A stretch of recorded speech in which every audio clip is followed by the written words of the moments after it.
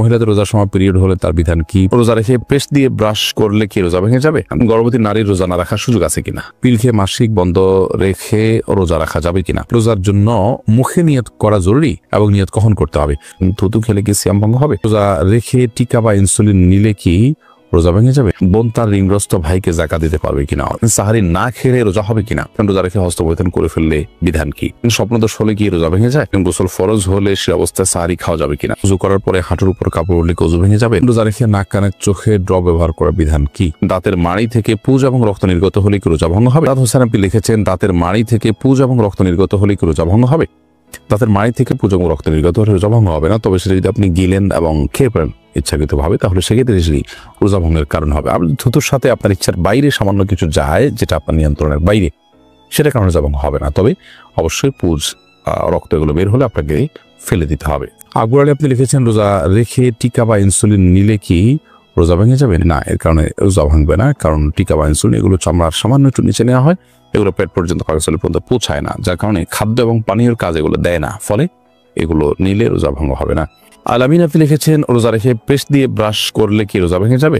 না, এর কারণে রোজা ভেঙে যাবে না, বিশেষ করে যখন পেস্ট আপনি গিলবেন না ইচ্ছাকৃত ভাবে তখন রোজা ভাঙবে না। যদি ইচ্ছাকৃত গিলেন তাহলে সেক্ষেত্রে রোজা ভেঙে যাবে। পেস্টের কিছুটা স্বাদ যদি আপনার জিহ্বাতে থুতুর সাথে পেটে যায় তাহলে সেক্ষেত্রেও রোজা ভাঙবে না, তবে আপনি পেস্ট যাতে কোনোভাবে ভিতরে না যায় তার জন্য বারবার থুতু ফেলে ব্রাশ করে কুলি করে আপনার মুখ পরিষ্কার করবেন। এরপরও যে এর গন্ধ গ্রাণ ইত্যাদি বা স্বাদিতে আপনি গলা দিকে অনুভব করতে থাকেন বা যদি আপনার ভেতরে প্রবেশ করে তাতে রোজা ভাঙবে না। অতএব পেস্ট দিয়ে ব্রাশ করলে রোজা ভাঙবে না, তবে রোজা অবস্থায় পেস্ট দিয়ে ব্রাশ না করে দিনের বেলা বিশেষ মেসওয়াক করাটা হলো সুন্নাহ, আর ব্রাশ করতে চাইলে পেস্ট দিয়ে সেটা সারি খাওয়ার আগে করাটাই হলো অধিকতর উত্তম, কারণ ওলামায়ে কেরাম এটাকে মাকরুহ বলেছেন। এরপরে আব্দুল করিম আপনি লিখেছেন সাহারি না খেলে রোজা হবে কিনা?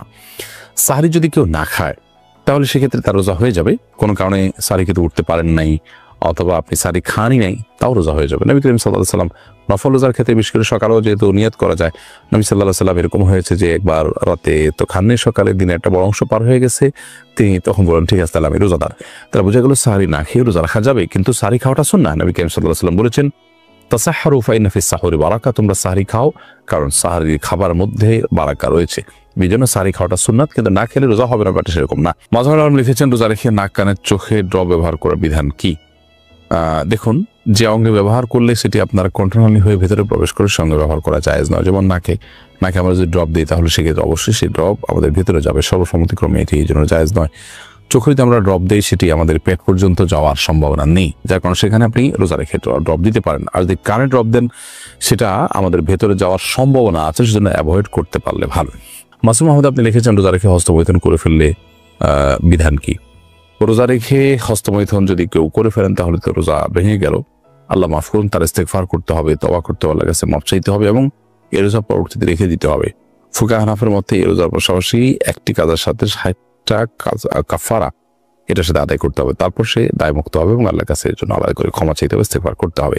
রিয়াজউদ্দিন লিখেছেন রোজা রেখে ভিডিও গেম বা দাবা লুডু খেলে সময় পাস করলে গুনাহ হবে কিনা? রোজা রেখে যদি আপনি এগুলো করেন তাহলে সেক্ষেত্রে আপনার রোজাটা হালকা হবে এবং রোজার মান নষ্ট হবে, রোজার কোয়ালিটি কমে যাবে, যেহেতু আপনি এমন কাজ করছেন যা সিয়ামের উদ্দেশ্যে পরিপন্থী। সিয়াম এসেছে আমাকে মুত্তাকি বানাবার জন্য, আপনি হয়তো কাজে লিপ্ত, এর কোনো ভালো মুসলমানের চরিত্র নয়, অতএব আপনি মুত্তাকি হতে পারলেন না।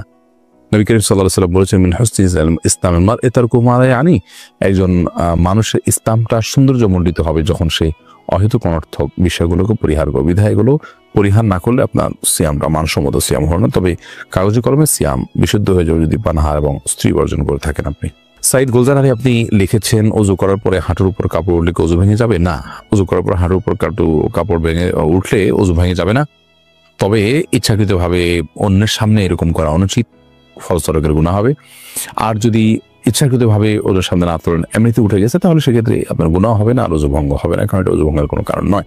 ফাতেমা আইডি থেকে আপনি লিখেছেন গর্ভবতী নারীর রোজা না রাখার সুযোগ আছে কিনা? গর্ভবতী নারী যদি রোজা রাখার ফলে গর্ভস্থ সন্তান ভয়াবহ কোনো ক্ষতির সম্মুখীন হবে, আল্লাহ না করুন সেরকম আশঙ্কা যদি তৈরি হয়, তাহলে সেক্ষেত্রে তিনি রোজা না রাখার সুযোগ আছে, কিংবা তিনি রোজা রাখতে তার নিজের জীবন হানির আশঙ্কা যদি থাকে তাহলে সেক্ষেত্রে রোজা না রাখা তার সুযোগ আছে। কিন্তু গর্ভস্থ নারী গর্ভাবস্থায় গর্ভবতী অবস্থায় রোজা রাখলে তার একটু কষ্ট হবে, গর্ভের সন্তানের একটু কষ্ট হতে পারে, এরকম কিছু চিন্তা করে রোজা না রাখার কোনো সুযোগ নেই। রোজাটা এরকম ছেলে খেলা না যে সামান্য ঠুনকো উঁচু হাতে আমরা রোজাটা ছেড়ে দিব, বরং এই অবস্থা রোজা রাখার আপনার চেষ্টা অব্যাহত রাখতে হবে। প্রয়োজনে আপনি সাপ্লিমেন্টারি বিভিন্ন খাবার গ্রহণ করবেন যাতে শরীর আপনার দুর্বল হয়ে না পড়ে। আপনি আরো বিভিন্ন পদ্ধতিতে রোজা রাখাটাকে সহজ করতে পারেন, যেমন দিনের বেলায় বেশিরভাগ শুয়ে ঘুমিয়ে এবং রাতে বেলায় কাজ করে আপনি দিনের রোজা রাখাটাকে সহজ নিয়ে করতে পারেন। এরকম বিভিন্নভাবে আমাদের মা বোনদের রোজা রাখা উচিত। গর্ভস্থ সন্তান নেককার হওয়ার জন্য আপনার ইবাদতবন্দি আরো বেশি করা উচিত, যাতে করে এটার প্রভাব তার উপরে পড়ে। তবে হ্যাঁ, এটার জন্য অবশ্যই নিজের সেফটি এবং সন্তানের সেফটির বিষয়ে আপনি খেয়াল রাখবেন। ফারুক আহমেদ আপনি লিখেছেন, স্বপ্নদোষ হলে কি রোজা ভেঙে যায়? স্বপ্নদোষ যদি হয় তাহলে সেই স্বপ্নদোষ রোজা ভাঙার কোনো কারণ নয়।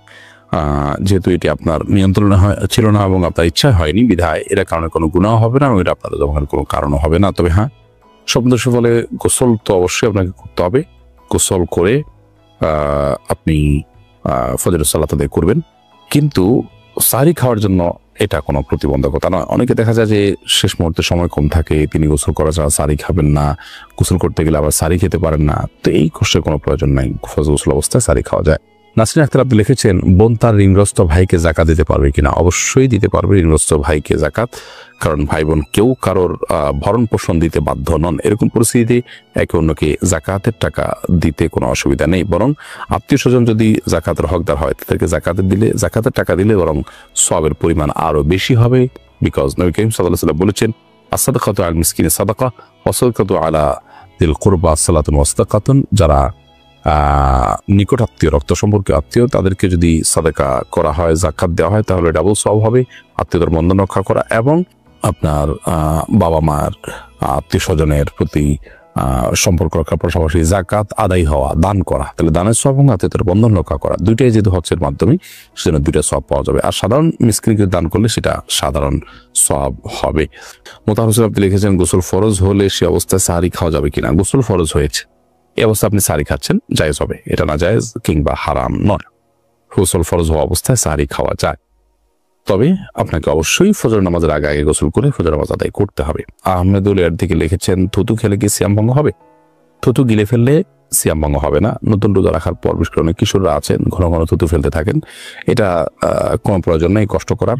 সিয়াম ভঙ্গ হবে না যদি থুতু আপনি গিলে ফেলেন, এর কারণে আপনার রোজা ভঙ্গ হবে না ইনশাআল্লাহ। তবে একত্র করে যদি গেলে সেটা মাকরুহ, তারপর রোজা ভঙ্গ হবে না। পিল খেয়ে মাসিক বন্ধ রেখে রোজা রাখা যাবে কিনা? যাবে, যদি আপনার শরীরে কোনো ক্ষতিকর কোনো কিছু এর কারণে না হয়, সাইড এফেক্ট যদি ক্ষতিকর কিছু না থাকে, তাহলে সেক্ষেত্রে আপনি পিল খেয়ে রোজা বন্ধ মাসিক বন্ধ রেখে আপনি রোজা রাখতে পারেন। তবে আল্লাহ তাআলা স্বাভাবিক নিয়ম পরে ছেড়ে দিতে পারে, বেশি ভালো। ফরিদুল হক আপনি লিখেছেন, রোজার জন্য মুখে নিয়ত করা জরুরি এবং নিয়ত কখন করতে হবে? রোজার জন্য মুখে নাওয়াইতু নাসুমা গাদান এরকম করে নিয়ত করা জরুরি নয়, না এটি কোনো সুন্নাহ দ্বারা প্রমাণিত। নবী করিম সাল্লাল্লাহু আলাইহি ওয়াসাল্লাম বা সাহাবীরা কেউ রোজার নিয়ত মুখে এরকম কোনো গদ বাঁধা কোনো দোয়া পড়ে করেছেন বলে কোনো প্রমাণ পাওয়া যায় না। নিয়ত মানে হলো মনের ইচ্ছা, বিধায় আপনি সিয়াম পালন করছেন আগামীকাল, এই ইচ্ছা আপনার আছে, আপনি সেহরি খেতে উঠেছেন, এটুকু যথেষ্ট যে আপনি কি সিয়াম রাখছেন আপনি জানেন, আপনি যে জানেন আপনার মাথায় আছে, সেটাই নিয়ত। এর বাইরে আলাদা করে মুখ উচ্চারণ করার কোনো প্রয়োজন নেই।